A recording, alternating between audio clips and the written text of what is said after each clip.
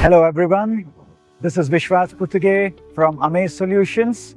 We are here at EMO 2025 at Hannover, Germany. We've seen a growing demand for additive manufacturing during the show here. There's a lot of focus from defense, aviation and space industry here.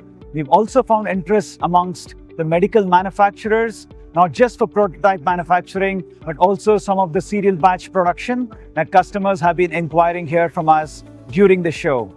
We've not only displayed our machine during the show here at Hannover, but also demonstrating the capability of the machine and the technology with components from each of these market segments. So we're very pleased to note that the interest amongst European manufacturers for Indian machines, German and Italian customers and many others from Europe have been coming to us, understanding and seeking more information about this technology.